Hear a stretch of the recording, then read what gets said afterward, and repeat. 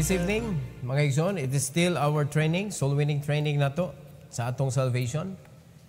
And this is Soul Networking lesson number 8. Lesson number 8 sa atong soul networking. And the title of this is How Could the Dead Live? How could the dead live? Unsa man gisgutan sa Bible nga usa ka patay nga nabuhi pagbalik. So ato na ning gisgutan mga kaigsunan nga ang usa ka patay mauto ang tawo nga wa pa nakadawat sa kaluwasan. Naglakaw-lakaw aning kalibutana, wala kay bawo nga igabot siyang kamatayon physically, maadto sa impierno ang iyang soul. They are called dead. So kung mayong tag zombie, pagkaon na gipangita, walay kalabutan sa iyang kinabuhi, ang pagpangalagad sa Ginoo, kanabang pagpangita og kalag og iyang tudloan sa pulong sa Ginoo, wala na siyang kinabuhi kay ang part ra gyud, ang reason, ang purpose sa iyang pagpanrabaho para makakaon, para mabuhi. O di ba mo na ang zombie, busy kay linakaw mga kaigsunan? Unsay pangitaon? Pagkaon. Pero ang kinabuhi, wa gyud na porma. Kay bisan pa og nadato mga kaigsunan, deep inside there is trouble. Gubot nga pamilya. No, pipila ra gyud na mga naadunahan nga dili luwas mga igsoon nga nindot ang ilang pamilya. So atong isgutan ni how could the dead live? Unsa may buhaton sa usa ka tawo para mabuhi ang usa ka patay. Magampot na, let's all stand please. Our gracious Heavenly Father, we thank you, Lord, for this evening. Thank you for giving us another opportunity to learn sa among soul winning training. I pray, dear God, nga tinuod yun, nga maminaw ang imong mga katawhan, nga dili ni nga kuan lang, pasad lang, Lord, ang pagpaminaw, kung dili tuguti, Lord, nga mahimo yun ni, nga training para sa ilaha, Lord, nga para mabuhat nila ang pagtudlo pod ngadto sa uban. And thank you, Lord, for using me, and I pray, dear God, that you will allow the power of the Holy Spirit to flow as I teach, O Lord, for your glory. In Jesus' name, amen. You may take your seat, please. So there are 3 things that the dead will do in order nga maangkon niya ang kinabuhi nga walay katapusan. Number 1, hear God's word. Hear God's word. Muna naglibog mga tao, patay, unya istoryahon. Maubitaw na nga atong gi-explain mga kaigsunan, nga ang gi-consider sa Ginoo nga patay, mauto ang mga tao nga wa pa nakadawat sa kaluwasan. Mga tao nga buhi physically but dead spiritually. Meaning, when they are questioned that when you die, are you sure that your soul will go to heaven? And the answer is, I don't know. Dili makatubag. Asa padung imong kalag kung mamatay ka? I don't know. So mao to sila ang gi-consider sa Bible nga mga patay. All right? The word of God is the word of life. And it is alive. It can give life. Makahatag og kinabuhi ang pulong sa Ginoo. Unya, mga kaigsunan, tuana, giintrigo sa kamot sa mga Kristohanon o giingnan ang mga Kristohanon, panlakaw kamo o iwali ang Ebanghelyo. Unya, ang mga Kristohanon, perting bisiha. Ang mga Kristohanon, mahadlok makulbag kaldero. Ang mga Kristohanon, walay panahon sa pagbuhat, ani. Giintras sa Ginoo mga kaigsuonan, 1 John 1:1, giintras sa Ginoo sa atong kamot ang pulong nga gitawag og the word of life. The only word that could give life to those who are lost. In John chapter 5 verse number 25, the Bible says, "Verily, verily I say unto you, the hour is coming, and now is, when the dead shall hear the voice of the Son of God, and they that hear shall live." Na ay patay nga nakapamati sa pulong sa Ginoo. So kung atong sabton ang pulong mga kaigsunan, this is not the dead in the coffin. This is not the dead in the morgue. Dili ni siya ang patay nga katong gibiyaan na sa kalag. Kaning pataya naa pa ang kalag sa iyang kinabuhi apan ang Espiritu sa Dios wala. Patay ang Spirit. So mao ni siya nga klase nga tao nga dapat makadungog sa pulong sa Ginoo, makadungog sa tingog sa Ginoo. And when the dead shall hear the voice of the Son of God, referring to the Word of God, and they that hear shall live. And that is why gimanduan sa Ginoo ang mga Kristohanon to go and preach the gospel to every creature. You do not know who is dead and who is not. Kaya usahay mas buutan paning dead kaysa alive. Are you listening? Usahay mas buutan paning dili luwas kaysa luwas. Kay ang dili luwas mahadlok makasa, kay basig maimpirno, ang kaning luwas, kay garaon kaayo, kay langit na siya. Muna, hastang Kristohanon, ibakbite na.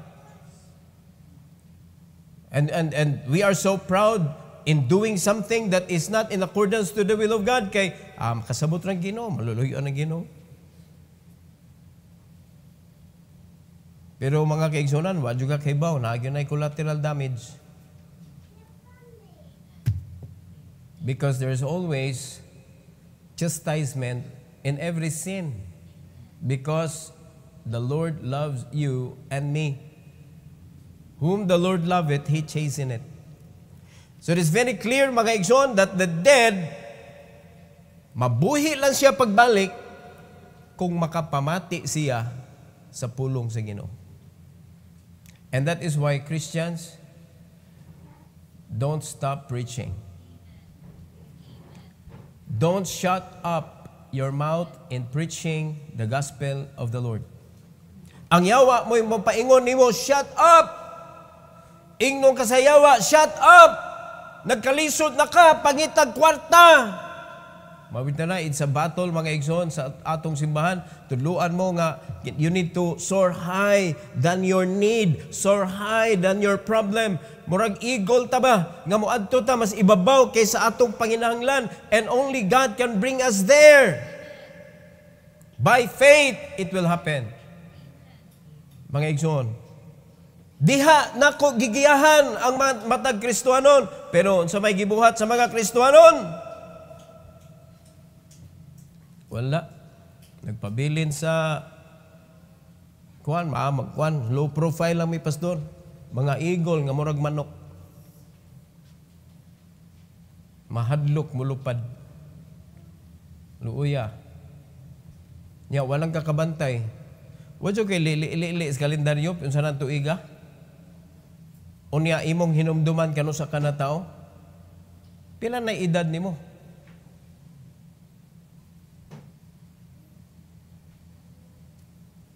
Unya, pila na may nakapamati sa pulong sa Ginoo tungod kay imong gitudluan. Hear. Let them hear. Hear. So inong gina nimo imong gitudluan, mamati gyud ka. Paminawag gyud ang pulong sa Ginoo nga makaluwas nimo. Kay kung dili nimo pamatian, dili nimo paminawon, di nimo maangkon ang kaluwasan nga kinabuhing walay katapusan. Alright? Ikaduha, mga kaigsunan, believe in God's word.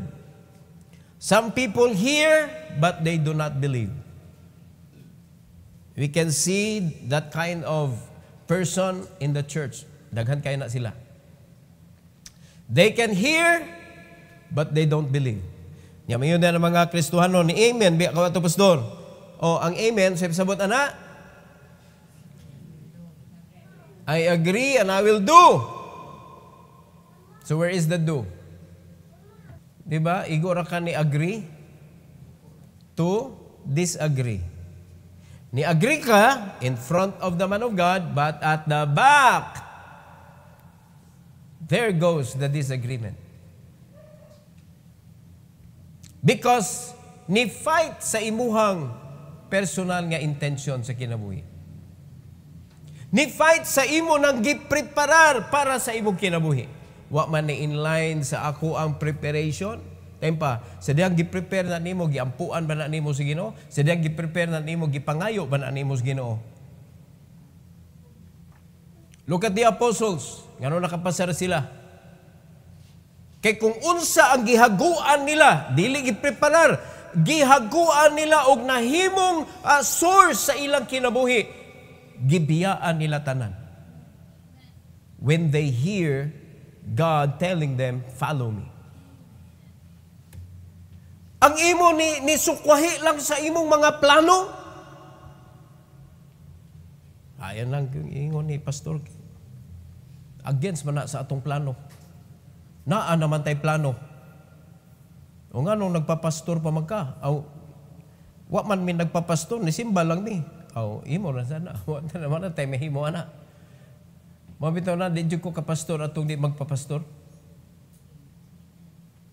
Dili pasabot na ay mga membro na ay nagpapastor. Kaya ang kato lang, magsiging pangutan na, Pastor, sa may maayo ani Pastor. Ni kabulilyaso na, magilom-hilom na sad kay wala ba kay boss Pastor ani? Apektado ang simbahan.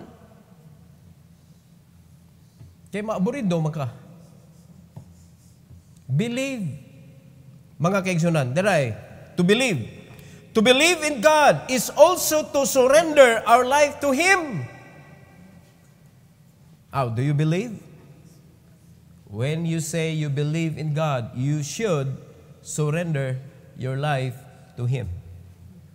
So, mo na kanay imong gi-disciple, kanay imong gisulmining, imo nang ingnon, kinahanglan jud ka mo believe para ka maluwas. Kay kung di ka mo believe sa gibuhat sa Ginoo didto sa Calvary, naghatag siya sa iyang kinabuhi para nimo aron luwason ka. Kung di ka mo believe ato, dili ka maluwas. So kinahanglan jud ka mo believe. Now, ang pagpamatuod nga ikaw ni believe, i-surrender imong kinabuhi sa Ginoo. O pila na kabuk Kristohanon nga ni claim nga luwas pero wa gyud siya ni surrender sa iyang kinabuhi sa Ginoo. Ni claim nga luwas.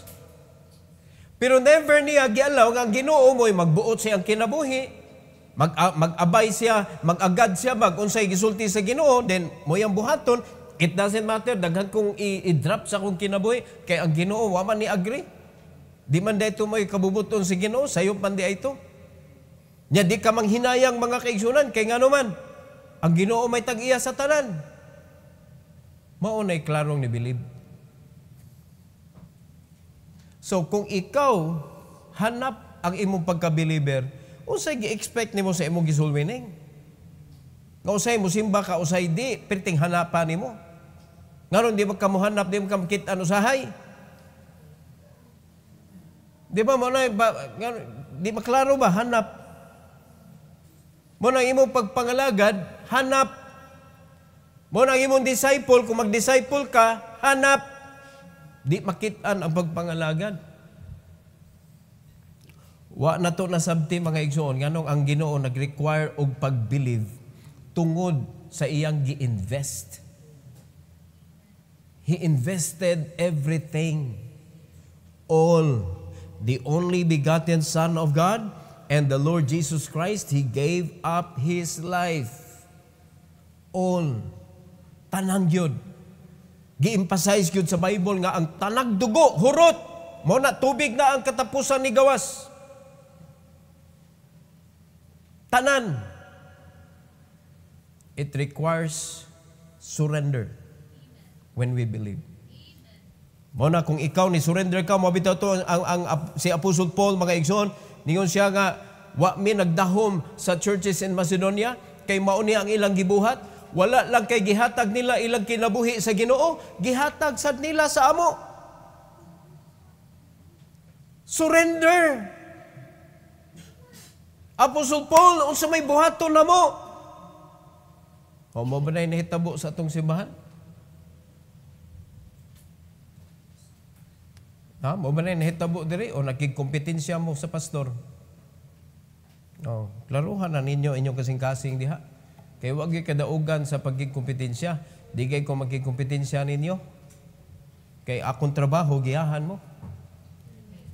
It is my dream to see you prospering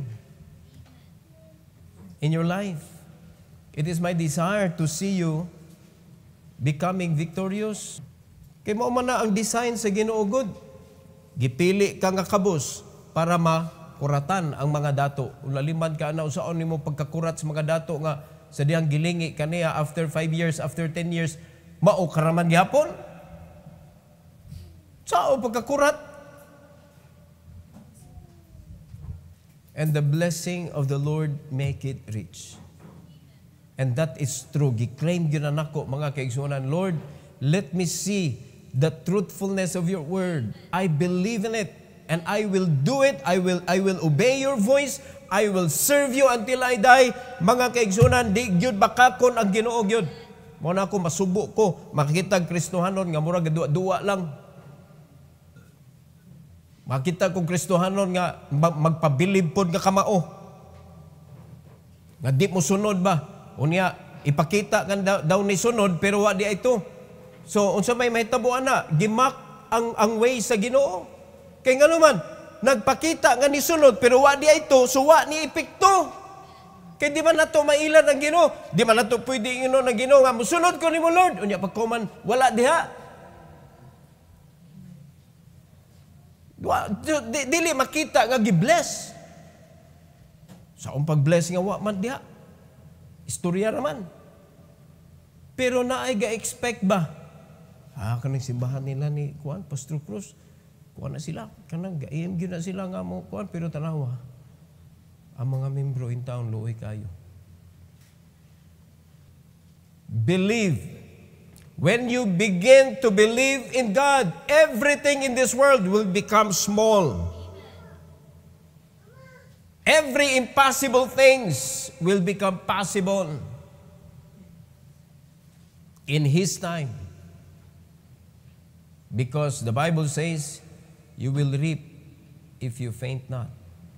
In due time. Naagi due time, mga kaigsunan. Sa tao nga nangalagad ni believe sa Ginoo. Mo na itudlo gina nimo sa imong kanang gidisciple. John 5:24 tanawa unsay gisulti sa Bible. Verily, verily, I say unto you, he that heareth my word and believeth on him that sent me hath everlasting life, and shall not come into condemnation, but is passed from death unto life. Tanawa na, heareth my word and believe. Kay lahi nang naminaw, lahi po nang nituo sa iyang napaminawan. Ang giingon sa Bible, mga kaigsunan, makabaton siya sa kinabuhing walay katapusan, ug dili siya moadto sa silot. Walay panahon nga iadto siya sa condemnation, which is hell. Apan nakalatas na siya sa kamatayon ngadto sa kinabuhi. Amen? So, kinakalatas naman sa kamatayon ngadto sa kinabuhi, ang atong pagkinabuhi po, sa diyang nabuhi na ka, bag-o na. Mo na gitudluan tas Ginoo, bag-o na kang binuhat. Ang karaan nilabay na, ang bag-o niabot na. May anong karaan magyapon na inyuhang pangunahuna diha.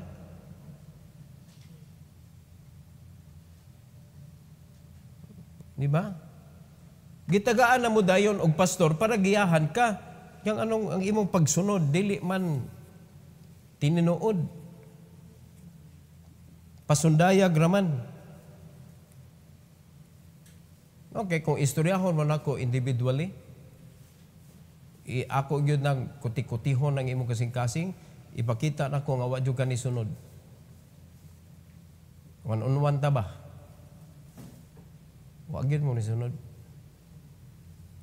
Kaya ni sunod pa mo, mura na magugwa, mulabay ang panahon gud. Kita ta, walihan mo, ni amen mo, ni offering mo, kintahay, kintahay. Kaya kung tinuod pa na yung offering, ni dagaya na kinabuhi sa mga Kristohanon. No? Kintahay ragyod gyapon. So, gibuhat nimo, ingon ana, mura lagwa, pero ang wato na bantay, ang panahon nga nilabay. Tinuod magud ang pulong sa Ginoo. Puwerte ka tinuod mga kaigsuonan. Di gud mo pwede ingnon nga okay man sa nang pulong sa Ginoo, dili okay gyud ka siya kaayo gyud. Okay gyud kaayo kung sundo nato. No? Kung makaluwas siya sa atong kalag nga nakawat sa yawa, kung na-purchase niya pagbalik, nalaguna sa kamot sa yawa gud. Nakasabot mo igsoon? Giunsa niya? Naana sa kamot sa yawa atong kalag, atong espiritu ba? Na kung mamatay ta, impierno ta, pero ang gibuhat sa Ginoo, gikuha niya, gi-purchase niya. Nakaya na sa Ginoo, gibuhat na sa Ginoo para nato. Kani pang ato ang status ginabuhi diri sa kalibutan. Di na to masalig sa Ginoo. Unsa nga klase nga Kristohanon nga Lord, akong kalag ra ko isalig nimo. Mo na alaw, pawalihi ko ang imong pastor diha pero ay kog butig unsay akong buhaton. Unsa klaseng Kristohanon na? Isalig nimong kalag nga mas precious man na. Apan imong kalag, ang imong lawas di nimo isalig nga biyaan naman na nimo. Gusto ka ikay mag-atiman ana? Di nimo ipaatiman sa Ginoo. Kay ngano, hadlok ka nga alkansihon ka sa Ginoo. Di gyud ba siya kaginansya sa iyang pagluwas nimo? Pero gibuhat na sa Ginoo because of love. Ang iyang gipangayo, believe in my word. To believe is to surrender your life to Him. Number 3, and last, live through God's word. Kung tinuod kang ni-believe, you need to live. Live God's word. Ikinabuhi ang pulong sa Ginoo. All men should honor the Son. Kitang tanan, dapat mo honor kita. And you cannot honor Him without following the Bible. Di adiri ang pruweba, mga igsoon, na gusto kang mo honor sa Ginoo because outside of this book, walay makapa-honor sa Ginoo. Do you want to honor Him? It should be written in this book. You do what He says. Mao na makapahimaya sa Ginoo, mao na makapa-honor niya. Pero maningkamot ka sa imong pagkabuutan nga ikaw ra, unya pagkahuman imong i-offer kintahi sa Ginoo, Lord, para imo ni. Unya dili dito sinubay, mura kag si Nadab og si Abiho nga nag-offer og strange fire. Oh. Pila ka beses ta nag-offer og strange offering diri? Ha? Kamu may nakaibaw ana. Ako, iko ra ba ko mo record? Kapila mo ka beses ni offer og strange offering.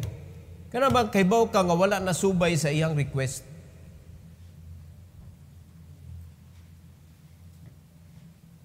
Unya imo lang gitabunan nga God is merciful.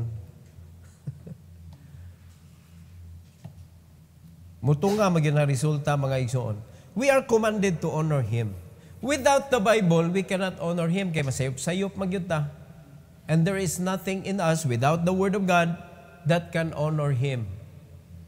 Wala. Zero. Aning kalibutan na? Imong nakatunan sa mga sayings diha nga nindot kaayo, daghan biyang nindot sayings kalibutan. Are you listening? Daghan kayo, mga atheist pa ng uban. No, mga legalistic people.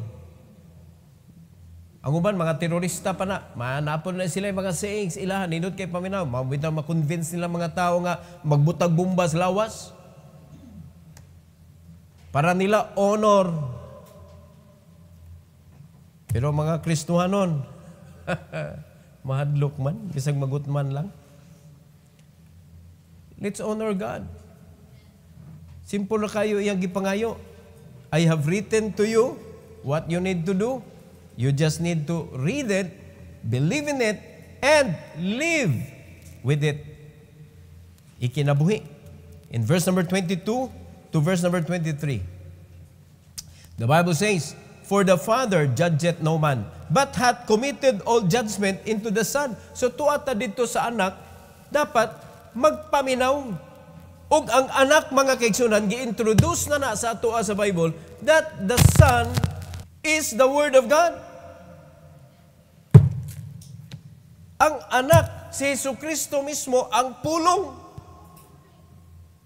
So how can we honor God without the Lord Jesus Christ? We cannot honor. O karon, niingon naman ang amahan, nga ako na nga giintrigo sa akong anak ang tanan. Nya, dili na to siya sundon. Di mahimaya ang amahan. Verse 23. That all men should honor the Son, even as they honor the Father. He that honoreth not the Son, honoreth not the Father which hath sent Him. Luuya itong mga simbahan, oy nga, di mo ila sa anak. Luuy kayo tugyod ka ng, Diyos amahan nami.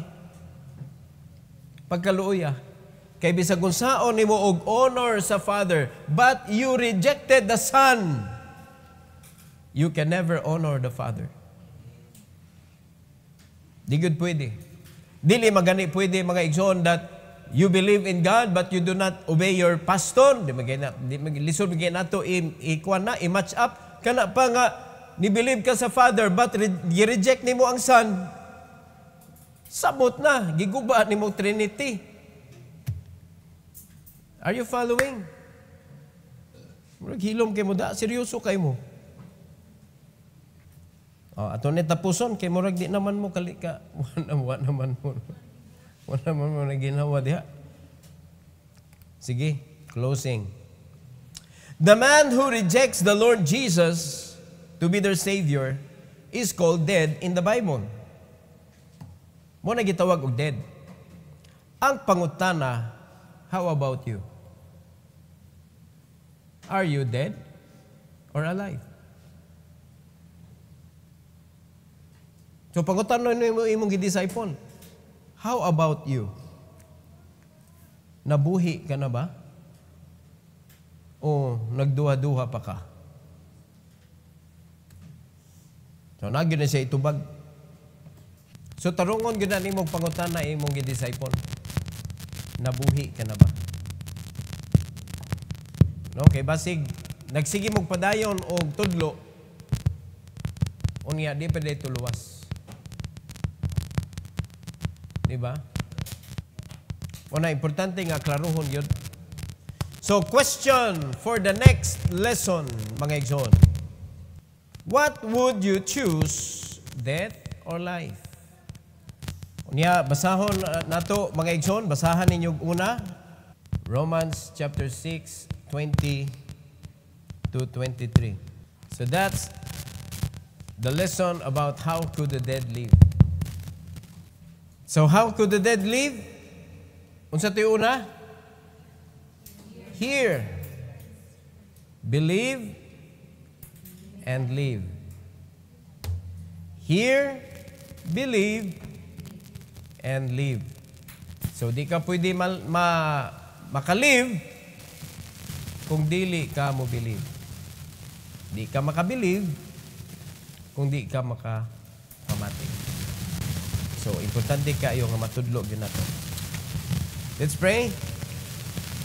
Our gracious Heavenly Father, we thank you, Lord, for this evening. Thank you for teaching us, O God, how could the dead live.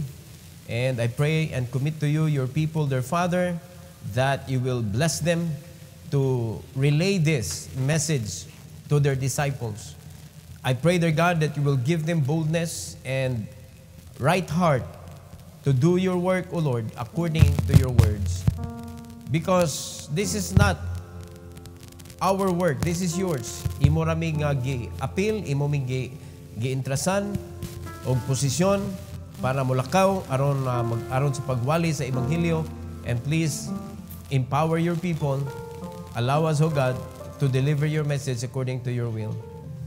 And I pray, Lord, that sa pag-train nila karon, ikaw magauban, ikaw magahatag, Lord, o kasing-kasing yun nga buhaton yun nila, ang angay nila nga itudlo nganto sa gawas, Lord. And I pray that you will bless them with courage in their heart, O God, for your glory. We pray all these things in Jesus' name. Amen. Amen.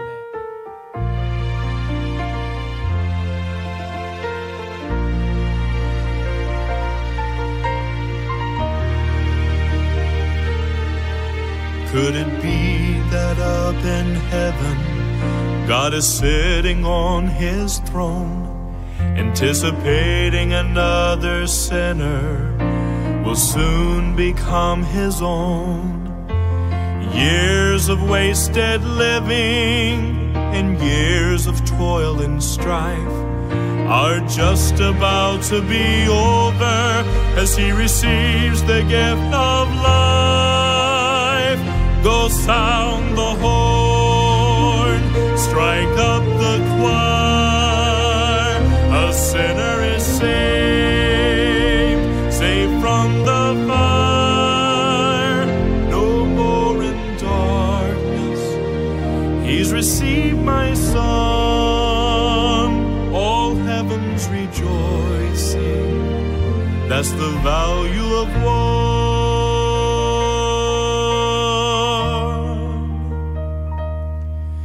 Holy Spirit has been working to soften up their hearts. All he needs is a willing servant who will simply do his part. Can you imagine up in heaven the joy that will be that day, as a sinner bows his head to pray and you hear the Father say, go sound the horn, strike up the choir. A sinner is saved, saved from the fire. No more in darkness, he's received my son. All heaven's rejoicing, that's the value of one. Start construction on his mansion there on Hallelujah Street. He doesn't know yet that it's waiting as the Savior he will meet.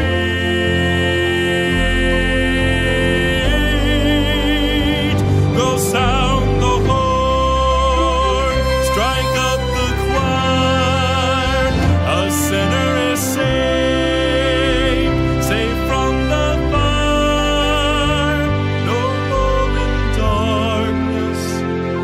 receive my son. All heaven's rejoicing, that's the value of one.